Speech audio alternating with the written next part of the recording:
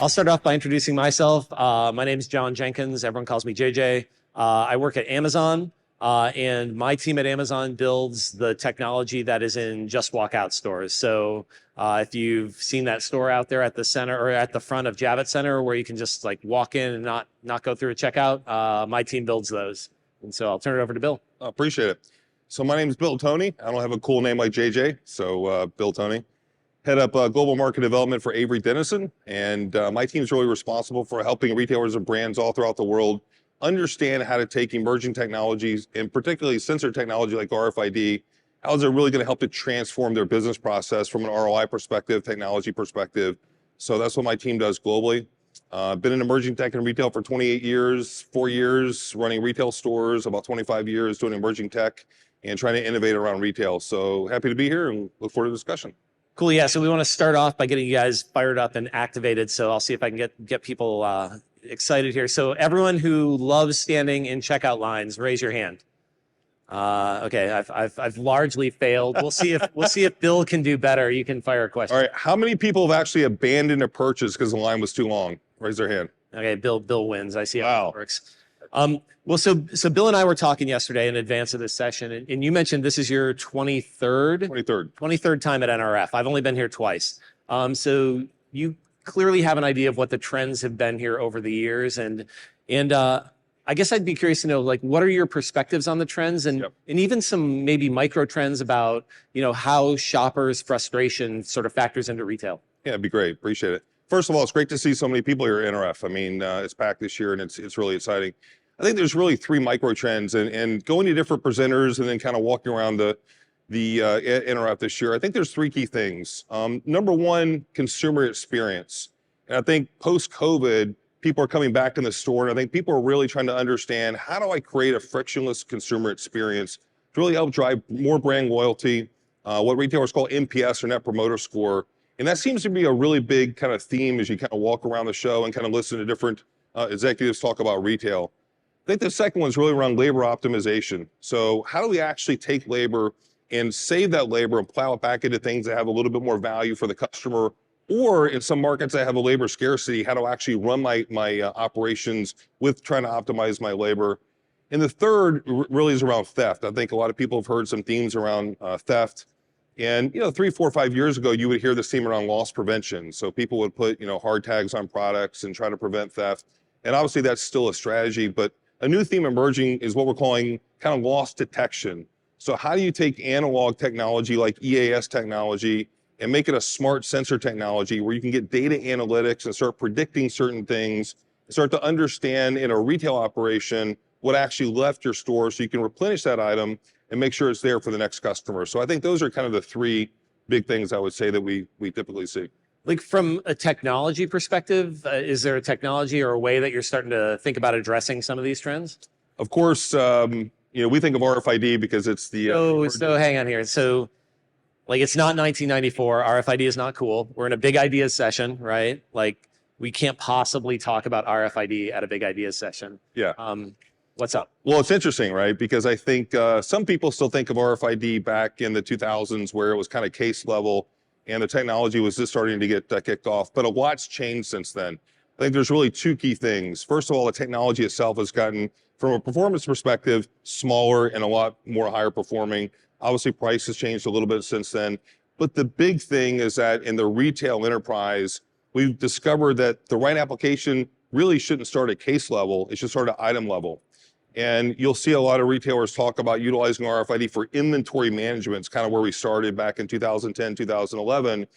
Because when you look at RFID and you look at a portfolio, there's really two key ways to think about it. And JJ and I were talking about this a lot, which is when you look at sensors, you've got a one-to-one sensor and a one-to-many sensor. And one-to-one sensors are like NFC RFID. So everyone that's ever used Pay on your phone, you tap, and it's kind of a one-to-one sensor. Or a 2D barcode or a 1D barcode, you kind of scan one-to-one sensor. RFID, we're talking about UHF RFID, is a one-to-many sensor. So you collect a lot of data very, very quickly. So as retailers discover this technology can actually help them get their inventory accurate in their supply chain to make sure they have the right product in the right place at the right time for in-store shopping or omni-channel shopping was kind of the foundation. But then as you start building out the enterprise use cases, you look at things like getting data analytics for theft, looking at point of sale and making it a lot more faster and convenient. So RFID, which people might think is this 2000 technology, has really become this critical foundational sensor technology for the enterprise and the next generation of retail. And we'll talk a little bit later, I think, about AI and how important RFID sensors can be to get your inventory and product data accurate for AI in the future. So we see this as a really big idea and really foundational, not just now for retail enterprise, but the future of retail enterprise. Yeah, so like my team was sort of looking at RFID and they came to me with RFID and I was like, RFID, like, come on, man. It just like prevents you from going through exit gates at stores. And I was pretty skeptical when they came to me with that. And so I was like, how does this fit in with sort of the way we think about the world? And so the team was like, well, right, we're customer centric at Amazon, right? And so RFID, traditionally has been used for the benefit of the merchant. And my team was like, we've figured out a way to make this for the benefit of the shopper, not the merchant. And so what they explained to me was this notion of, well, we have these computer vision based Just Walk Out stores, a bunch of cameras on the ceiling, right? Some sensors on the shelves. And they said, but that doesn't necessarily work in every case. There's, t-shirts get all rumpled up and the stores get messy and stuff. And they said, we've figured out a way to take RFID, tag the products with it in the store, and enable people to walk out without a checkout for like things like t-shirts, concert merch, other sports, things that you find in stores. And so I was like, all right, well, this is kind of interesting. It sort of fits in with the bigger story we're trying to tell about frictionless checkout. And here we are now. So we can sort of take a look at how it works to give you guys an idea. That'd be great.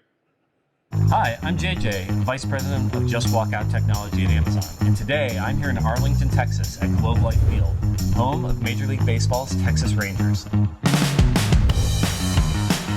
In October, we launched a new store here at Globe Life with our hospitality partners, Delaware North, the Easy Out Merch Store. Shopping at the Easy Out Merch Store is, well, easy. Let's go take a look. Stadiums and arenas are always trying to improve the fan experience, but that can be hard when there's long lines at concession stands. Fans want to get what they need and get back to their seats quickly without missing any of the action. And of course, stadium and arena operators want to improve their bottom line by providing a fast, frictionless experience for their fans. This store uses one of Just Walk Out Technology's newest innovations, RFID. It's the perfect technology to enable people to buy things like clothing, foam fingers, and other merchandise at concerts and sporting events. How does it work? RFID allows fans to enter the store, shop naturally for any item that they would normally select, and then exit the store through the gates that automatically read the RFID tags. With Just Walk Out Technology merch kits with RFID, fans can grab their favorite hoodies, sweatshirts, or hats and get back to their seats quickly, leading to happier fans and more sales. After they choose the gear they want, customers can either carry or wear their items out of the store. They simply tap a credit card or scan their palm over an Amazon One device, and as they exit through the gates, the RFID tags are read and they're correctly charged for the items. Retailers love this technology as it lowers operating costs and improves revenue. Inventory accuracy, reduced shrinkage, and increased traffic are just some of the benefits. Fans love it as there's no lines and no checkout, just the fastest way to shop for gear. Check it out next time you're here at Globe Life Field.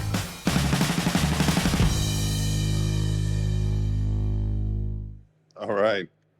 So I've got to say, as someone from Dallas that's been a longtime Rangers fan, I don't know if there's a correlation in winning the World Series and using JWell apparel RFID, but we'll take it. So it's a really unique experience, and having going through the stadium, again, something that's really unique. You just walk out, don't stop and pay, and what a great experience. And I think, are there other locations, JJ, that besides Globe Life? Yeah, so you'll find it at Globe Life, where I think I'm PR approved to say that if you deploy Just Walk Out technology, you will win the World Series every year. But you'll also find it at Hard Rock Stadium, where the Miami Dolphins play. You'll find it at Lumen Field, where the Seahawks play. And we actually prototyped it originally at the Climate Pledge Arena, where the Kraken hockey team plays. But like, these are real stores, right? Yep. This is not a prototype technology we're talking about here. Like, we're rolling this thing out, and a lot of people are using it. Yeah. And how long does it take to get one of these set up? I think that's a big question I get from time to time. How long does it take? Is it easy, complicated? Yeah, that's I think a big difference between RFID-based stores and maybe what people know with some of the computer vision-based Just Walk Out stores. So all the tech for this store is just in the exit gates. right? We don't have to hang cameras. We don't have to run network cables. We don't have to do any of that stuff. And so Just Walk Out RFID stores are much faster to set up than the existing technologies. We went from like concept to launch in Miami in a period of about 6 weeks, like from the first time a salesperson had a conversation with someone, at that stadium. And so we can retrofit existing spaces by just plunking down a gate where you want people to check out. We can set up temporary spaces like they did at Lumen Field, where they set up just basically cordoned off a store with stanchions around the edge of the store. So you can get up and running like really fast with this technology, which is a big benefit over, some of the more complicated solutions. But like it might seem like our sort of path, or the path here was easy. Like in reality, we've been working together for the better part of a half decade, I think, on trying to come up with some way to use RFID and Just Walk Out. So like, I don't know, do you want to talk about a little bit about like, how did we get here? Yeah, I think it's interesting. I think the power of coming together around this. So we've been working on this about 3 years timeframe overall, really to understand the right sensor tech. How do we get the right sensor tech to work in all the use case variants? How do we then work closely with JJ's team around the analytics capabilities they have and the deep science capability they have to really make this work? Because it's truly a unique combination of really high performing, high quality sensors that are meant for purpose around this technology, and then how we integrate it with the team. Yeah, I mean, it's definitely, it's been an adventure. And I think like this is something I'm really proud about, the partnership between our two companies. This was not the first thing we tried with RFID and Just Walk Out at all. We've been trying to figure out how to integrate this stuff into grocery stores to solve unique problems there, and other kinds of sort of complex merchandise that we had been having trouble with the computer vision based stuff. And, we sort of kept just plugging away at it. And that's sort of an example of, I think, the long-term thinking at both of our companies. Like we knew something was here, right? But it wasn't sort of immediately obvious what that was or how it would ultimately sort of emerge. Agreed. And I think too, what makes it unique is, again, it's all around the customer, and working together, we're always challenged on how do we get the best experience for the customer.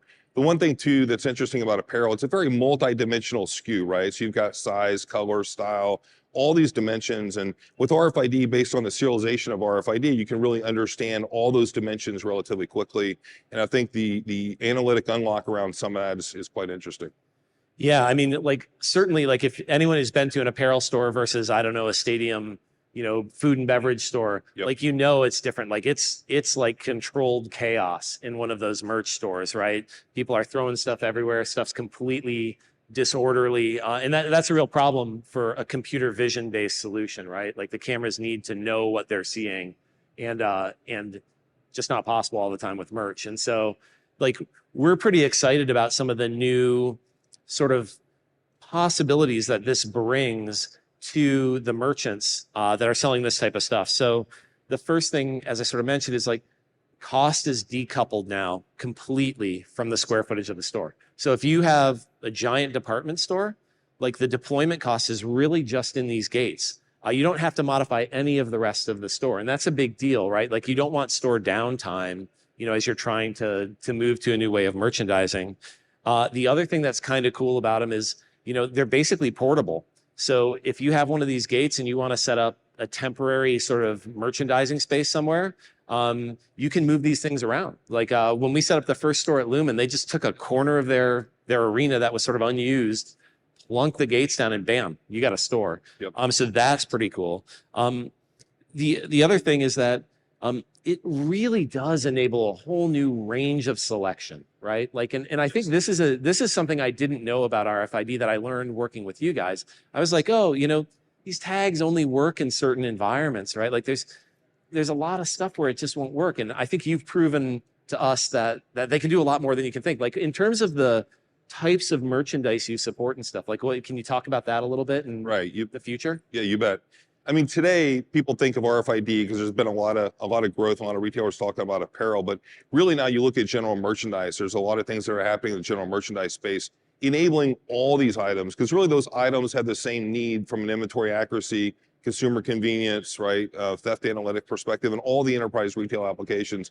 So we're working very hard to make sure that every item in a store can be tagged and identified, because we really, again, see this as a big enterprise shift and retail transformation that's occurring to enable things like this, where you can literally walk in, have a total frictionless checkout and walk right out. So very focused in the science around that. And again, it was interesting in the early days, people would say, well, does it work here? Does it work here? And I don't think that's really a question with the Amazon team much anymore. Yeah, and I know like in some of the early days, we were like, one of the things we were trying to get the RFID stuff to work for was, we have these grocery stores, right? And I don't know, steaks that have variable weights. And we were trying to slap RFID tags on steaks and things like that. And I mean, I think like you showed us a lot about what the art of the possible is there, even like types of stuff that you would have never thought possible, really quite possible when it comes to some of this, the new RFID tagging technologies that you guys have. Yeah.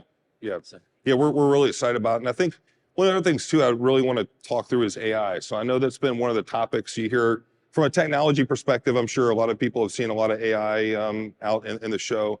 So can you talk a little bit about how you're thinking about AI in the sense of JWO? Yeah, it wouldn't be a conference in 2024 without talking about AI, and so I think like a lot of people probably have some maybe misgivings or misunderstandings of how the RFID technology works, right? Like you're used to seeing it at like loss prevention gates at stores, right? And you think it's like magic, like, okay, I walk through with a tag, sirens go off, that's bad.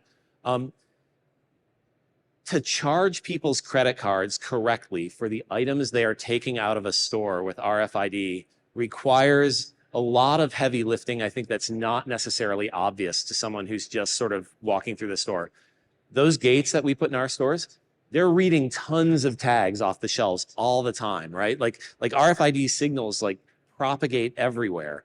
And so what we need to do to make that store possible is we need to say, this person is walking through the gate with this and only this stuff, right? And charge them correctly. And there might be another gate right next to that gate where someone else is walking through with stuff, or one directly across it, as you'll find at the Dolphin Stadium.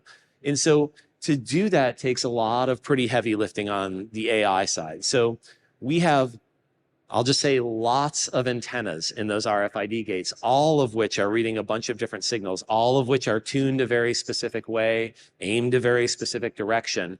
And so those things are getting massive numbers of signals coming through them at all times. And the ML and AI, what we do with that is we've trained a model that can say, of all of these signals that I'm reading, of which there might be hundreds or thousands, which ones just passed through this gate with this person at this time?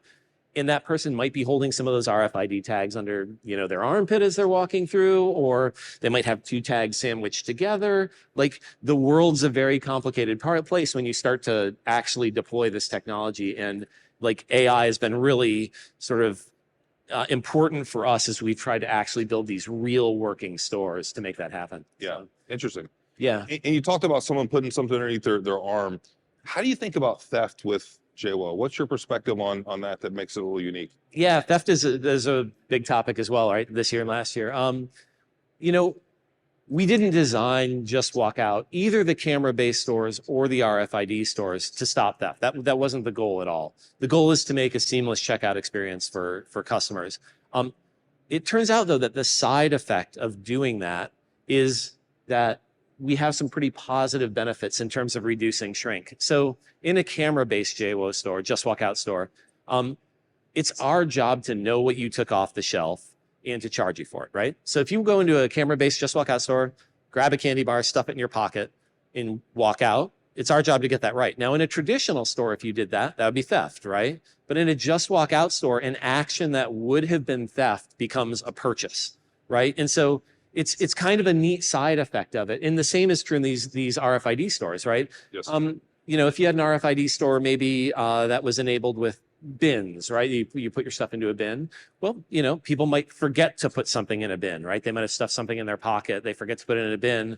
In that scenario, they end up stealing from the store, right? But the same type of store, when you walk through one of our RFID exit gates, it's just a purchase, right? And so, I don't know that we haven't talked about any branding. We're maybe making the world a more honest place just by default, the way the stuff is implemented.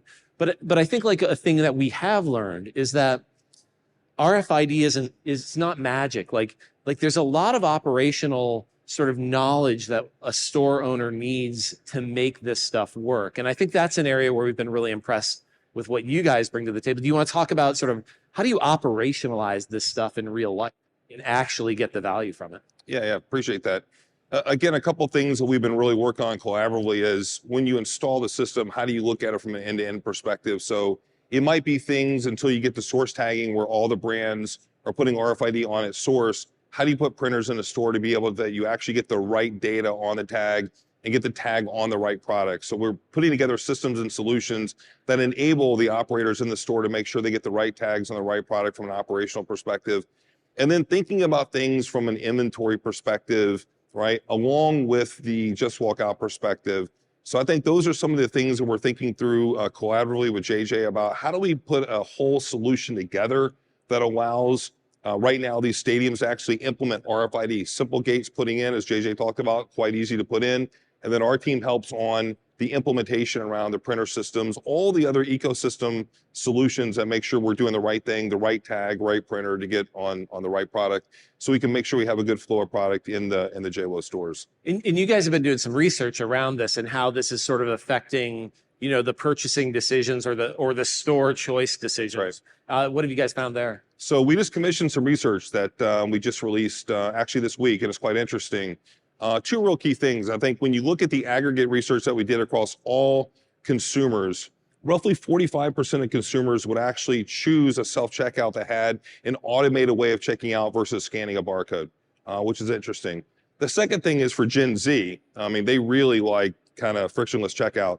So Gen Zers are telling us that roughly half, a little bit over half, would actually switch to a store that actually had kind of more of a frictionless checkout that didn't require barcode scanning.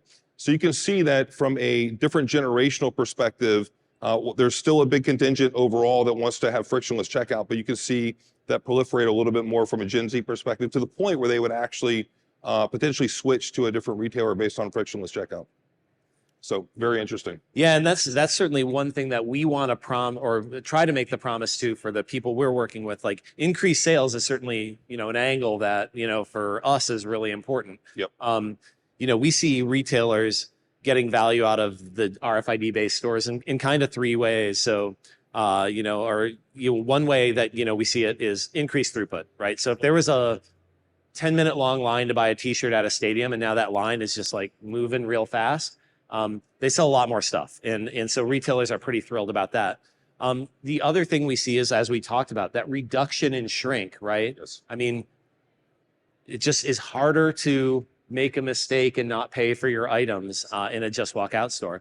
But then the other thing we see is that, you know, you might have had to, you know, staff up for the peak load during the store's operations at a stadium, right? And so you might have you know, during a game, you've got, you know, 2 periods in hockey or two intermissions in hockey. And so you got to staff for the giant load of people that are going to come into that store for those 2 intermissions, right? But with, you know, a just walk out with RFID store, you know, I can have a couple traditional checkouts if I want for people that don't want to try the new thing, but 1 or 2 of these gates can put a lot of shoppers through the exit gates and really optimize the labor in those stores. And even more importantly, free up the people in those stores to help me find the size I need, or, you know, to answer the question if this is an authentic jersey, or, you know, or what this weird strap is for on the back of a hockey jersey, all those sorts of things, right? So we see that, you know, the store associates are doing a lot more like interesting interaction with customers that the customers like in these stores, because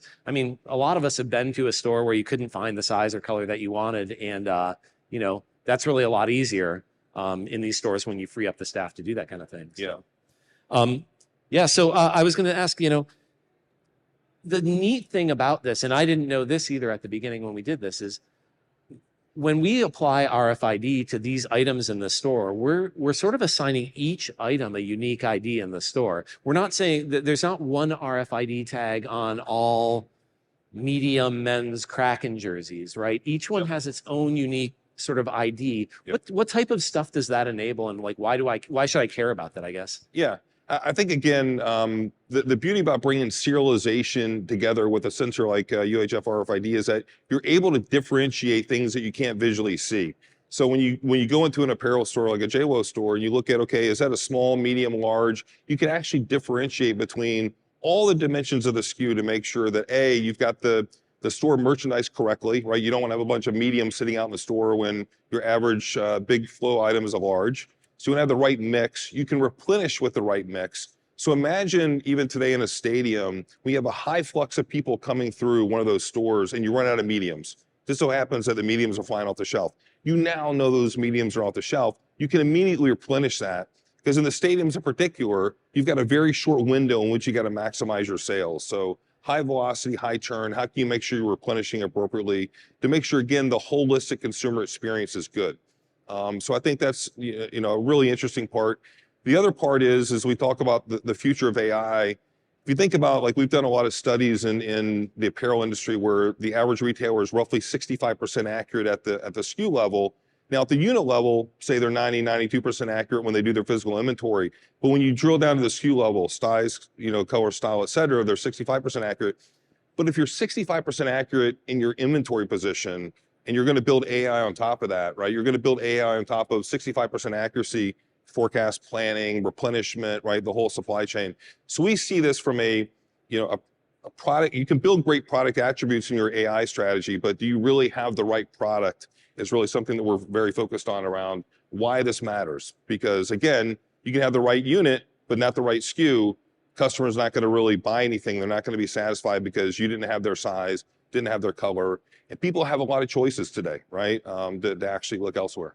Yeah, and that's been something we've definitely learned, is that if you put garbage into your machine learning algorithms, they are going to perform really badly on the backside. And so having really high quality data going into these algorithms is absolutely essential if you're going to try to build something that is trying to get the receipt right 100% of the time. Agreed. And this is why we think it's a big idea, JJ, going back to your original 1994 question of RFID. Yeah, I mean, I don't think we're anywhere near the end of where we're going to take this either. Like, I mean, I think there's a lot of possibility here. What do you see as next for JWell?